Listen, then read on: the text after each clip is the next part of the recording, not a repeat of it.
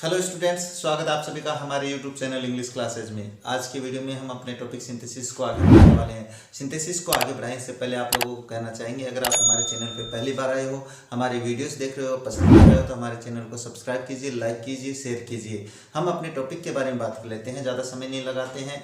हमारा जो टॉपिक चल रहा है सिंथेसिस की बात करें तो हमारा जो पीछे की जो कक्षा हुई थी, हमारी जो पीछे वाला वीडियो बना था वो बना था कंपाउंड सेंटेंस के बारे में, कि दो सिंपल सेंटेंस को जोड़कर एक कंपाउंड सेंटेंस कैसे बनाया जाता है। कंपाउंड सेंटेंस बनाने के लिए हमें कंजक्शंस की आवश्यकता होती है, जिनको अपन कोऑर्डिनेट कंजक्शंस कहते हैं।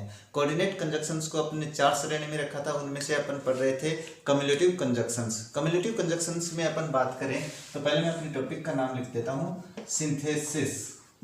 ये टॉपिक चल रहा है और ये अपने पास दो सिंपल सेंटेंस को जोड़कर कंपाउंड सेंटेंस कैसे बनाया जाता है, तो कंपाउंड सेंटेंस है वो लिख देते हैं अपने पास, कि कंपाउंड सेंटेंस के बारे में अपन पढ़ रहे हैं। इसके लिए हमें कोऑर्डिनेट कंजक्शंस की आवश्यकता होती है। तो ये बातें मैं इसलिए बता रहा हूँ क्योंकि आप लोगों ने वो वीडियो देखा और उसमें पूरे नहीं लिखे गए, तो कोऑर्डिनेट कंजक्शंस की आवश्यकता होती है।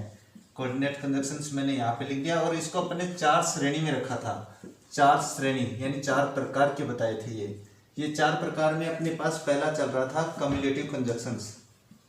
कम्युलेटिव कंजक्शंस और कम्युलेटिव कंजक्शंस की बात करें तो इसमें अपन ने पीछे के वीडियो में पढ़ लिए थे, अभी 1-2 और बचा है तो वो और बता देते हैं। अब अपने पास जिस कम्युलेटिव कंजक्शंस की बात करें, विथ, टुगेदर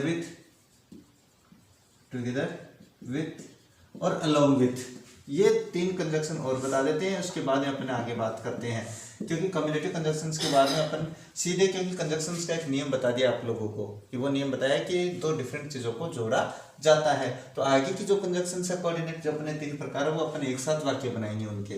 अब बात करते हैं इनसे एग्जाम्पल बनाए तो अपने पास 2 वाक्य को जोड़कर विथ से जब अपन बनाते हैं तो किस तरीके से बनेंगे तो वो मैं बता देता हूँ। जैसे ही went there, his parents went there. अब इसमें अपने पास क्या डिफरेंट चीज है? डिफरेंट अपने पास ही, यानी जो सब्जेक्ट है वो अपने पास डिफरेंट है, तो अपन इसमें ही किससे कनेक्ट करेंगे? अपन विथ से करें, चाहे टुगेदर विथ से करें या अलोंग विथ से करें, ये अपन इसमें कर देते हैं। जैसे मैं इसको एग्जांपल को सॉल्यूशन करूंगा तो 2 डिफरेंट चीजों के बीच में आपको क्या रखना है? कंजक्शन रखना है। तो मैं लिखूंगा ही विथ हिज पेरेंट्स। मैंने ये दोनों डिफरेंट चीज के बीच में लिख दिया है, ही विथ हिज पेरेंट्स। अब जो बच गया वो अपन यहाँ पे लिख देते हैं, वेंट देयर। अब इसमें अपने पास एक समस्या नहीं आई, क्योंकि जो है वर्ब है वो सेम है, अपने पास सेम वर्ब है, तो इसमें कोई समस्या नहीं आई। लेकिन जैसे ये वाक्य ऐसे होता है, चलो मैं इससे जोड़ के बता देता हूँ, अलोंग विथ से, क्योंकि नियम एक ही लागू होता है। तो जैसे I am reading my book, she is reading my books. यानी मैं तो मेरी किताबें पढ़ रहा हूँ, वो भी मेरी किताबें पढ़ रही है। ये अपने पास 2 वाक्य लिख दिया मैंने। अब इसमें क्या डिफरेंट है? अपने पास कर्ता डिफरेंट है। अब इसको थोड़ा सा ध्यान से देखना है, अगर आप ये ध्यान नहीं दोगे तो आपको थोड़ी गलती हो जाएगी पक्का। तो मैं इसको जोड़ता हूँ, तो 2 डिफरेंट चीज में आई लिख देता हूँ। उसके बाद में चाहे इससे जोड़ो, चाहे इससे जोड़ो, चाहे इससे जोड़ो, तो मैं अलोंग विथ कर देता हूँ, अलोंग विथ। और इसके बाद में मैं लिखूंगा दूसरा कर्ता, तो मैंने लिख दिया सी। अब अपने पास क्या है कि यहाँ पे तो एम आ रखा है, यहाँ पे ईजा रखी है। अब ये हो गई अपने पास डिफरेंट, तो इसको कैसे पहचानेंगे? तो इसको पहचानेंगे कि जब 2 कर्ता with, together with, along with, as well as से जुड़े हों, तो अपने पहले वाले कर्ता के अनुसार हेल्पिंग वर्ब का प्रयोग होता है। ये अपन सब्जेक्ट वर्ब कंकर्ड में पढ़ेंगे, बिल्कुल डिटेल से पढ़ेंगे, बताएंगे। तो आई के अकॉर्डिंग क्या आएगी? आई के अकॉर्डिंग यहाँ पे एम आएगा और हो जाएगा I along with C M reading. अब जो बच गया वो लिख देते हैं, क्योंकि हेल्पिंग वर्ब तो आएगी। तो माई बुक्स, बुक यानी मैं और साथ में वह मेरी किताब पढ़ रहे हैं, तो हो गया वाक्य कंप्लीट। ये हो जाता है आपका कम्युलेटिव कंजक्शंस, एक प्रकार का कंप्लीट। अब बात करते हैं नेक्स्ट कंजक्शन की। नेक्स्ट कंजक्शन जो अपने पास है वो बता देते हैं कि नेक्स्ट कंजक्शन कौन से हैं। तो नेक्स्ट कंजक्शन में अपन बात करते हैं कि जो दूसरा प्रकार है वो कौन सी श्रेणी में आता है? तो इसमें अपन लिखेंगे अल्टरनेटिव कंजक्शंस। अल्टरनेटिव कंजक्शंस की बात कर लेते हैं। अल्टरनेटिव कंजक्शन की बात करते हैं अपने पास। तो अल्टरनेटिव क्या होता है? इसके अर्थ से ही पता चल रहा है कि अल्टरनेटिव का मतलब विकल्पीय। विकल्पीय। अभी हिंदी में अपने पास थोड़ी सी समस्या है, मैं दोबारा लिख देता हूँ। मैं विकल्प लिख देता हूँ कि विकल्प चुनना पड़ता है अपन को। अल्टरनेट यानी विकल्प होता है अपने पास। तो अल्टरनेटिव कंजक्शंस कौन से होते हैं वो मैं बता देता हूँ। अल्टरनेटिव कंजक्शंस वो होते हैं जो हमें दो में से या दो से अधिक में से चुनने के लिए अपन को कहता है। जैसे अपन यहाँ पे करें तो अल्टरनेटिव कंजक्शन में जैसे और, नोर, ईदर और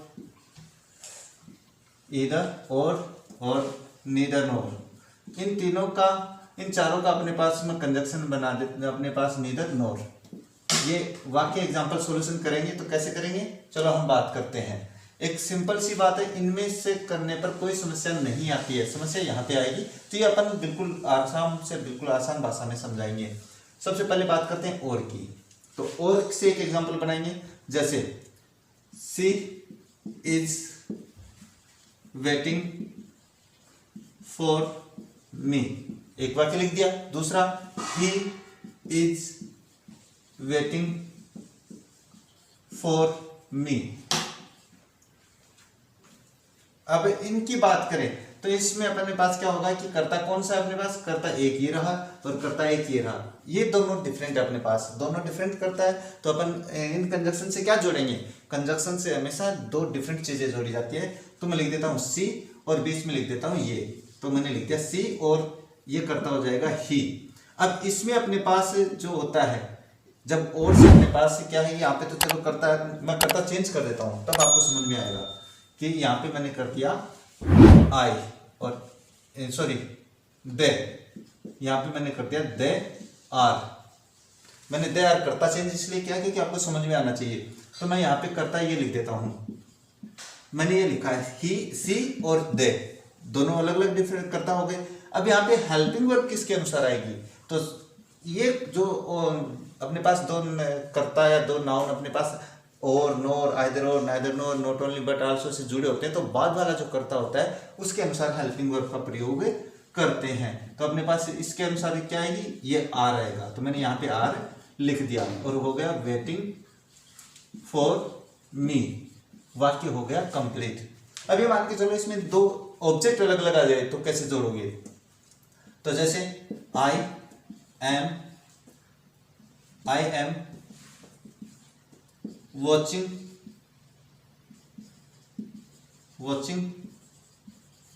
match, I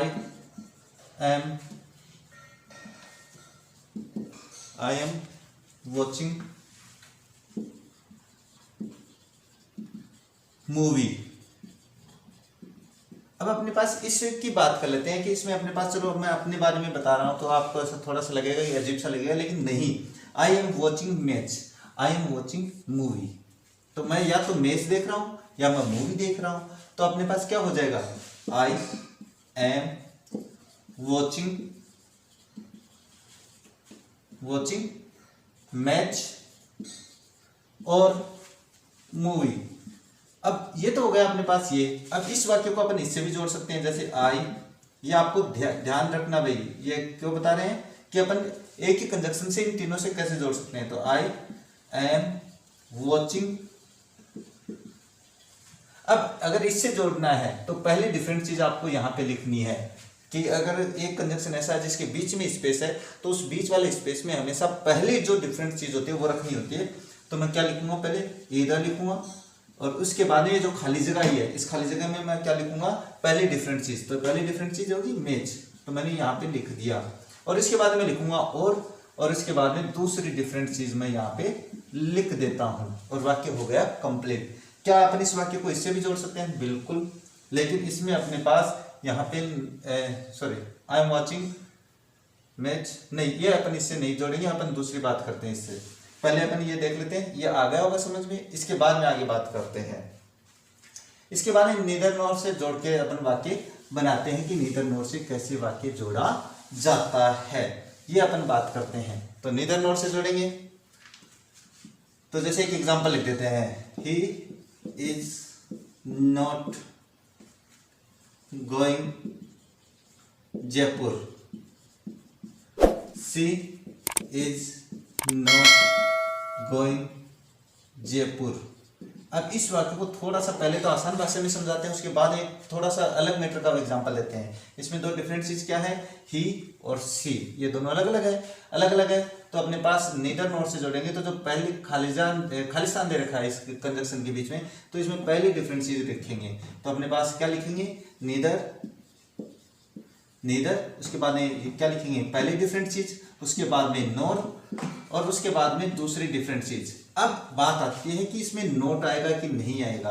अब हेल्पिंग वर्ब तो इसके अनुसार आ जाएगी, तो मैं यहाँ पे इज लिख देता हूँ।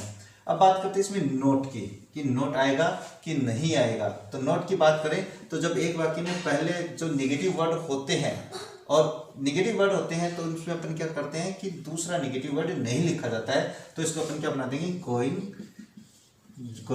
जयपुर। ये वाक्य हो गया आपका कंप्लीट। आगे की एग्जांपल की बात करें तो इसमें समस्या कहाँ पे आती है, समस्या आती है अपने पास यहाँ पे कि जब आपके पास हेल्पिंग वर्ब होती है कि अपने पास इसको तो लिखना ही पड़ेगा, लेकिन अपने पास दो वाक्य ऐसे होते हैं, दो एग्जांपल्स ऐसे होते हैं जिनमें अपने पास हेल्पिंग वर्ब नहीं होती है।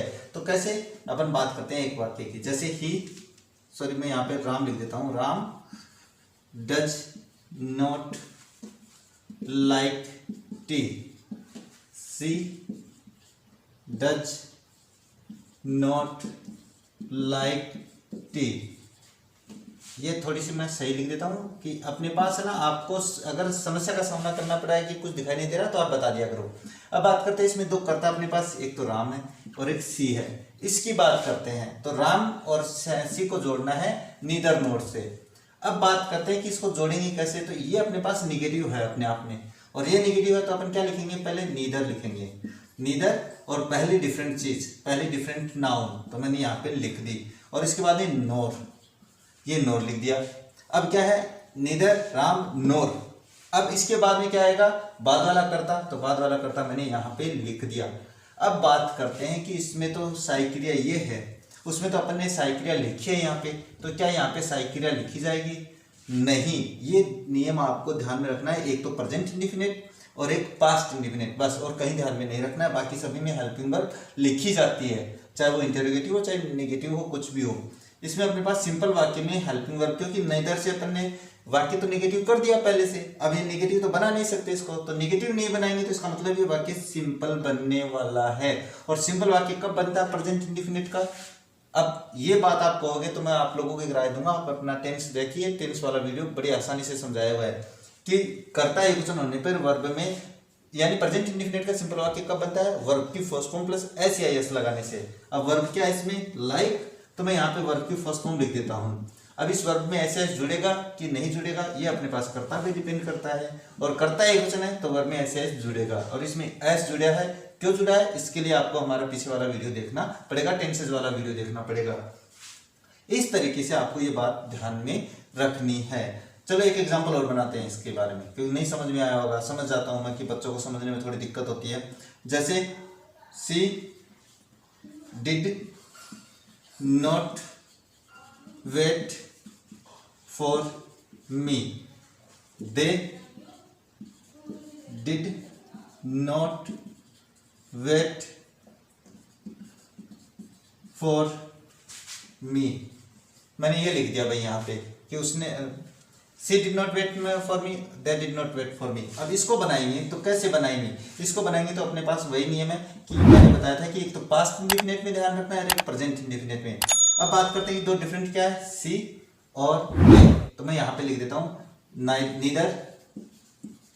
नीदर सी नोर दे। अब बात करते हैं कि अब नेगेटिव तो हमने पहले लिख लिया, अब नेगेटिव तो हटाना पड़ेगा इसका, और जैसे ही पास्ट इंडेफिनिट का नेगेटिव हटाते हैं, यानी हेल्पिंग वर्ब हटाते हैं और नॉट हटाते हैं, तो वाक्य सिंपल बन जाता है। और सिंपल वाक्य कब बनता है, जब आप वर्ब की सेकंड फॉर्म लिखते हो। तो मैं यहाँ पे ये रिवर्ब, तो इसका मैं कर देता हूँ वेटेड फॉर मी। और वाक्य हो गया आपका कंप्लीट। अब बात करते हैं आगे की कि क्या अल्टरनेटिव कंजक्शंस में और भी आते हैं। तो अपने पास दो कंजक्शंस और आते हैं भाई, जिनको अपन क्या कहते हैं, अदरवाइज और एल्स। ये अपने पास वो कंजक्शंस है जिनके द्वारा आपको तो डिफरेंट चीज़ों की बात ही नहीं है, आपको बताना है कि ऐसा नहीं करोगे तो ऐसा हो जाता है, या तो ऐसा कर लो या ऐसा हो जाता है। तो इसको अपन अल्टरनेटिव कंजक्शंस की कैटेगरी में ही रखते हैं। तो ये और आप देख लो, इनके बारे में भी एग्जांपल बता देते हैं, नहीं तो बाद में कहोगे सर आपने तो ये बताया ही नहीं, क्योंकि आपको कमी दिख जाती है भाई इंसान की। हाँ, वैसे अपने पास इस मैटर में बात करेंगे, पहले अपने कंजक्शन से एग्जाम्पल बना देते हैं। जैसे मैं एक एग्जाम्पल लिखूँ, बहुत ही आसान वाक्य लिखता हूँ मैं, जैसे रन फास्ट, और इसके आगे लिख देता हूँ you will loss the race. ये बात आपको किससे जोड़नी है, चाहे इससे जोड़ दो चाहे इससे जोड़ दो, एक ही बात है, दोनों का सेम अर्थ निकल के आएगा। तो मैं इसको बनाता हूं, तो जैसे run fast otherwise you will loss the race. ये हो गया वाक्य कंप्लीट। दूसरा लिखता हूं मैं, तो जैसे work hard you will fail. ये लो, तो इसमें क्या करेंगे, इसमें एल से कर देते हैं, तो इसको बनाएंगे तो क्या करेंगे, वर्क हार्ड, अल्टरनेटिव तो आपके पास ये एल्स यू विल फेल। बस वाक्य कंप्लीट। यानी कहने का मतलब है इसमें अपने पास दो डिफरेंट चीजें नहीं है, जो वाक्य आएंगे वो ऐसे आएंगे कि या तो तुम ऐसा कर लो, नहीं ऐसा हो जाएगा, ये अपने पास बात आ जाती है। तो ये होते हैं अपने पास अल्टरनेटिव कंजक्शंस कंप्लीट। अब बात करते हैं आगे की, तो अपने पास हमने अपने कंपाउंड सेंटेंस में जो कोऑर्डिनेट कंजक्शंस होते हैं उसमें कम्युलेटिव कंजक्शंस, सेंटेंस दो सिंपल सेंटेंस को जोड़कर एक कंपाउंड सेंटेंस बनाया जाता है। तो उसमें कोऑर्डिनेट कंजक्शंस की जो 4 श्रेणियां थी, उसमें से 2 श्रेणियां 2 प्रकार अपन ने पढ़ ली हैं डिटेल से। आप पीछे का वीडियो देखना और ये वीडियो देखना, आपको दोनों जो प्रकार है कम्युलेटिव कंजक्शंस और अल्टरनेटिव कंजक्शंस, ये बिल्कुल आसानी से समझ में आ जाएंगे। जाने से पहले आपको ये कहना चाहेंगे, अगर आप हमारे चैनल पे आ रहे हो, वीडियोस देख रहे हो, हमारे चैनल को सब्सक्राइब कीजिए, लाइक कीजिए, शेयर कीजिए। आगे की वीडियो में मिलते हैं नई क्लास के साथ। जय हिंद, जय भारत।